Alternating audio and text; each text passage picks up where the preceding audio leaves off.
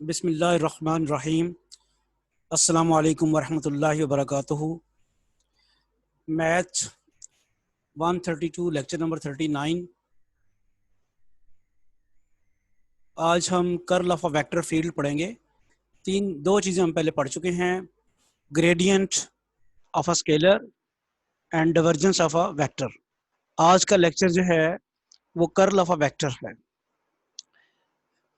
आपके पास कोई vector function है तो उसका कर्ल ऑफ वेक्टर जो है उसको लिखते हैं कर्ल और रोटेशन, और इसको लिखते हैं कैसे हैं, कर्ल ऑफ एफ और डेल क्रॉस एफ और रोट एफ। तो आपको पता है कि डेल ऑपरेटर हमने कब कराया था, जब ग्रेडियंट मालूम किया था डेल फाई लिखा था, जब डाइवर्जेंस मालूम किया तो डेल डॉट एफ लिखा था। अब ये तीसरी कैटेगरी है डेल के साथ, del cross F, curl of F. फिर उसके मुताबिक डेफिनेशन के मुताबिक फिर क्या हो जाएगा, डेल क्रॉस एफ, ये del operator partial over partial X I unit vector, partial over partial Y J unit vector, partial over partial Z K unit vector, और क्रॉस वो जो वेक्टर है F1i F2j F3k। अब इसमें determinant की form बनती है, आपको याद होगा, जब क्रॉस प्रोडक्ट लेते हैं तो 3/3 का डिटर्मिनेंट, जिसमें फर्स्ट रो में ijk और सेकंड रो में ये पहला वेक्टर है उसकी कंपोनेंट्स, और तीसरी रो में दूसरे वेक्टर की कंपोनेंट्स। अब डिटर्मिनेंट एक्सपेंड करने का तरीका आपको याद ही है कि नहीं है? क्या उसमें किया करते थे हम कि जी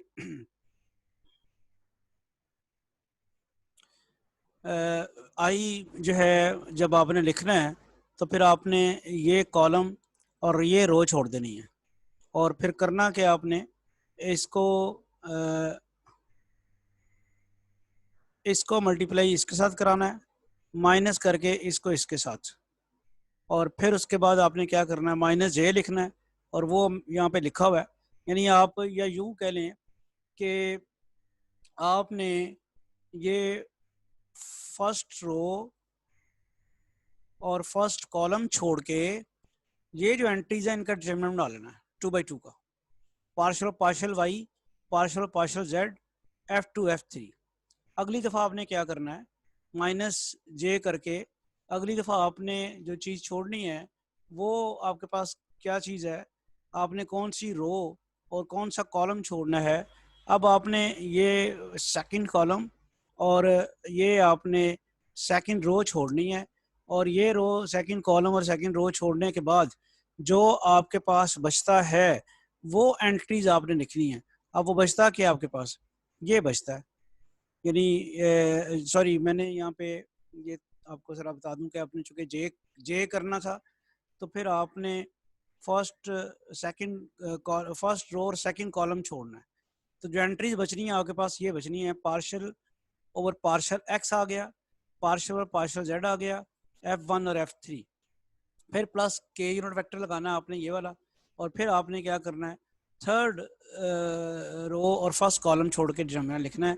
ये मैंने आपको आता ही है, वैसे मैंने ज़रा आपको रिपीट कर दिया है कि किस तरह आपने इसको करना होता है। अब आप इसकी एंट्रीज करते हैं, इसको इसके साथ मल्टीप्लाई करके माइनस इसको इसके ऑपरेट कराना है, फिर इसको इसके साथ, फिर इसको इसके साथ, इसको इसके साथ, और फिर इसके साथ। वो लगाने के बाद आप देखते हैं कि अगले जो हमारे पास एग्जाम्पल है वो ज़रा चेक करते हैं कि एग्जाम्पल में क्या करना है हमने। Find function G of Z such that the vector field is irrotational. तो ये एक वेक्टर फील्ड दी हुई है जिसकी एक्सिस के लॉन्ग कंपोनेंट 2y है, वाई एक्सिस के लॉन्ग कंपोनेंट 2x प्लस जी जेड है, और जेड एक्सिस के लॉन्ग कंपोनेंट जो है 3yz² है।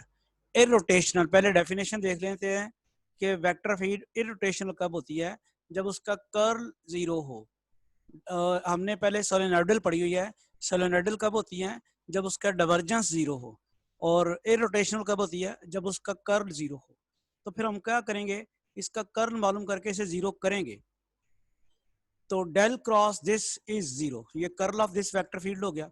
इसको कर्ल मालूम करने के लिए क्या करना है, 3/3 का डिटर्मिनेंट, फर्स्ट रो में IJ के, सेकंड रो में डेल ऑपरेटर के जो है partial partial X, partial partial Y, partial partial Z, और थर्ड रो में ये जो वेक्टर फील्ड है इसकी कंपोनेंट्स, पहली कंपोनेंट जो है वो 2y है, दूसरी कंपोनेंट 2x प्लस जी जेड है और तीसरी कंपोनेंट जो है वो 3y z² है। अब आप इसकी एक्सपेंशन याद हो, अभी जो जैसे हमने किया, इसको इसके ऊपर परेड करके माइनस इसको इसके ऊपर परेड करें, फिर माइनस जे इसको इसके ऊपर परेड करना है और इसको इसके ऊपर, फिर प्लस के इसको इसके ऊपर और इसके उसके ऊपर। तो ये 3/3 का डिटर्मिनेंट एक्सपेंड कर लिया। अब आप जरा इसका डेरिवेटिव लेना शुरू करें। इस चीज का डेरिवेटिव लेना है 3y z² का रिस्पेक्ट टू y, तो y का डेरिवेटिव 1 आ जाएगा, सिर्फ 3z² आ जाएगा। इसका लेना है with respect to z, 2x का तो 0 हो जाएगा। तो ये जो gz है ये सिंगल वेरिएबल का फंक्शन है, सिर्फ z का फंक्शन है, लिहाजा इसका डेरिवेटिव जो है वो dg और dz हो जाएगा। पार्शियल डिफरेंशिएशन कन्वर्ट हो जाएगी ऑर्डिनरी डिफरेंशिएशन में। रीजन उसकी क्या है कि g फंक्शन एक ही वेरिएबल का है, एक से ज्यादा वेरिएबल का फंक्शन ही नहीं। यहाँ जब लेंगे 3y z², यहाँ तो x है ही नहीं तो उसका डेरिवेटिव 0 हो जाएगा, ये 0 आ जाएगा। यहाँ पे रिस्पेक्ट टू z लेना है तो यहाँ z है ही नहीं, उसका भी 0 हो जाएगा। और जब आप जहाँ रिस्पेक्ट टू x लेंगे तो सिर्फ 2x का आएगा 2, बाकी सारा g ऑफ z भी 0, उसका डेरिवेटिव भी 0, 2y का भी 0। और ये आपके पास रिजल्ट आ गया। यानी फिर आप देखेंगे होगा क्या कि सिर्फ यही कंपोनेंट रह जाएगी 3z² minus dg over dz is equal to 0, क्योंकि ये तो 0 हो गया, ये भी 0 हो गया। और आई जे के की कंपोनेंट्स दोनों तरफ हम अगर कंपेयर करें तो we get 3z² minus dg over dz। यहाँ से जो हमारे पास इक्वेशन बनती है वो क्या बनती है, dg over dz is equal to 3z²। अब ये g का डेरिवेटिव है, इसका यहाँ से g हासिल करने के लिए इसकी इंटीग्रेशन करनी पड़ेगी और रिजल्ट ये आएगा where c is arbitrary constant. अब अगर आपको थोड़ी कंफ्यूजन हो रही हो कि ये कैसे आ गया, तो इसके लिए मैंने यहाँ पे आपको वर्किंग करके दिखाई है, वो जरा देख लें कि dg और dz जो है वो 3z² के बराबर है। आप सेपरेटिंग द वेरिएबल्स कहते हैं, वेरिएबल दो हैं, एक g है और एक z है। तो आपने वेरिएबल सेपरेट कर लिए, g वाला एक तरफ कर लिया और z वाला एक तरफ ले गए। अब आप इसकी इंटीग्रेशन करते हैं, तो इसकी इंटीग्रेशन जब आप करनी है तो लेफ्ट हैंड साइड पे इंटीग्रेशन रिस्पेक्ट टू g होगी, राइट हैंड साइड पे इंटीग्रेशन रिस्पेक्ट टू z होगी। तो dg की इंटीग्रेशन यानी 1 की इंटीग्रेशन रिस्पेक्ट टू g जो है वो तो g आ जाएगी। और उसके इंटीग्रेशन में आपको पता है 3z² की इंटीग्रेशन में क्या आना है, 3z की पावर 2 प्लस 1 और 2 प्लस 1 प्लस c, और फिर ये आ जाएगा g of z is equal to 3z³ over 3 plus c। तो 3 से आप कैंसिल कर देते हैं तो आपके पास क्या रहता है, g of z is equal z³ plus c। ये एक्सप्लेनेशन इसकी जो थी, जो इसकी आ गई कि g ऑफ z आ गया z³ plus c, where c is constant of integration. Next हमारे पास एग्जांपल है, if f is equal to x² yi minus 2xzj plus 2yzk find curl f। दो दफा करना है। लास्ट टाइम शायद हमने ग्रेड f का डिव मालूम किया था, grade f div grade f। अब कर्ल f को कर्ल निकालने के बाद उसका दोबारा कर्ल निकालना है, तो step by step curl f निकालेंगे। तो वो तो आ गया फार्मूला आपके पास, ये डेल ऑपरेटर और ये f जो उसने अभी इस वक्त दिया हुआ है, इसका बनेगा डिटर्मिनेंट। फर्स्ट रो में आई जे के, सेकंड रो में ये आ जाएगा आपके पास, और थर्ड रो में वेक्टर एफ। अब आप इसकी डिटर्मिनेंट की 3/3 की एक्सपेंशन करते हैं और सिंपलीफाई करते हैं तो आपके पास आंसर ये आ जाता है। और इसके बाद आप दोबारा इसका ये वेक्टर आया जिसमें जे कॉम्पोनेंट नहीं है, वाई एक्सिस के लॉन्ग कॉम्पोनेंट यहाँ पे मौजूद नहीं है, इसका लेना अब कर्ल। तो इसका कर्ल का फार्मूला क्या होगा, फर्स्ट रो तो आई जे के वैसे ही, सेकंड रो में डेल ऑपरेटर, थर्ड रो में इसकी कंपोनेंट्स आनी है। आई एक्सिस के एक्स एक्सिस के लॉन्ग जो इसकी कंपोनेंट है वो 2x प्लस z है, वाई एक्सिस के लॉन्ग कंपोनेंट 0 है, z एक्सिस के long component minus x² plus 2z है। अब इस डिटर्मिनेंट को एक्सपेंड करें आप, एक्सपेंड करके आप देखते हैं कि इसको इसके ऊपर ऑपरेट करना है, फिर इसको इसके ऊपर ऑपरेट करना है, माइनस इसको इसके ऊपर और इसको इसके ऊपर, फिर प्लस इसको इसके ऊपर और इसके इसके ऊपर। तो वो जब आप करते हैं और सॉल्यूशन जब आप इसको सॉल्व करते हैं तो आपके पास रिजल्ट जो है वो आ जाता है।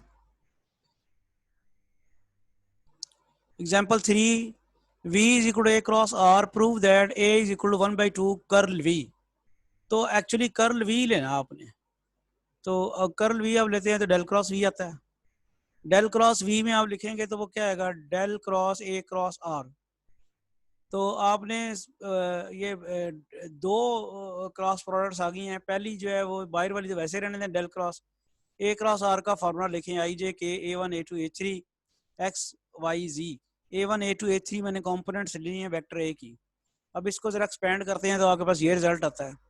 अब इसका डेल क्रॉस लेंगे तो फिर डिटरमिनेंट बनेगा, फर्स्ट रो में आई जे के, सेकेंड रो में डेल ऑपरेटर और थर्ड रो में आई जे के की कंपोनेंट्स।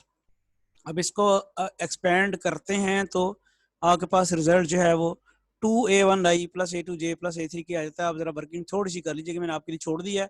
इसको इसके ऊपर ऑपरेट करें, फिर इसको इसके ऊपर ऑपरेट करें, माइनस करके इसको इसके ऊपर और इसके इसके ऊपर, तो आपके पास ये 2A1i plus A2j plus A3 की आ जाएगा।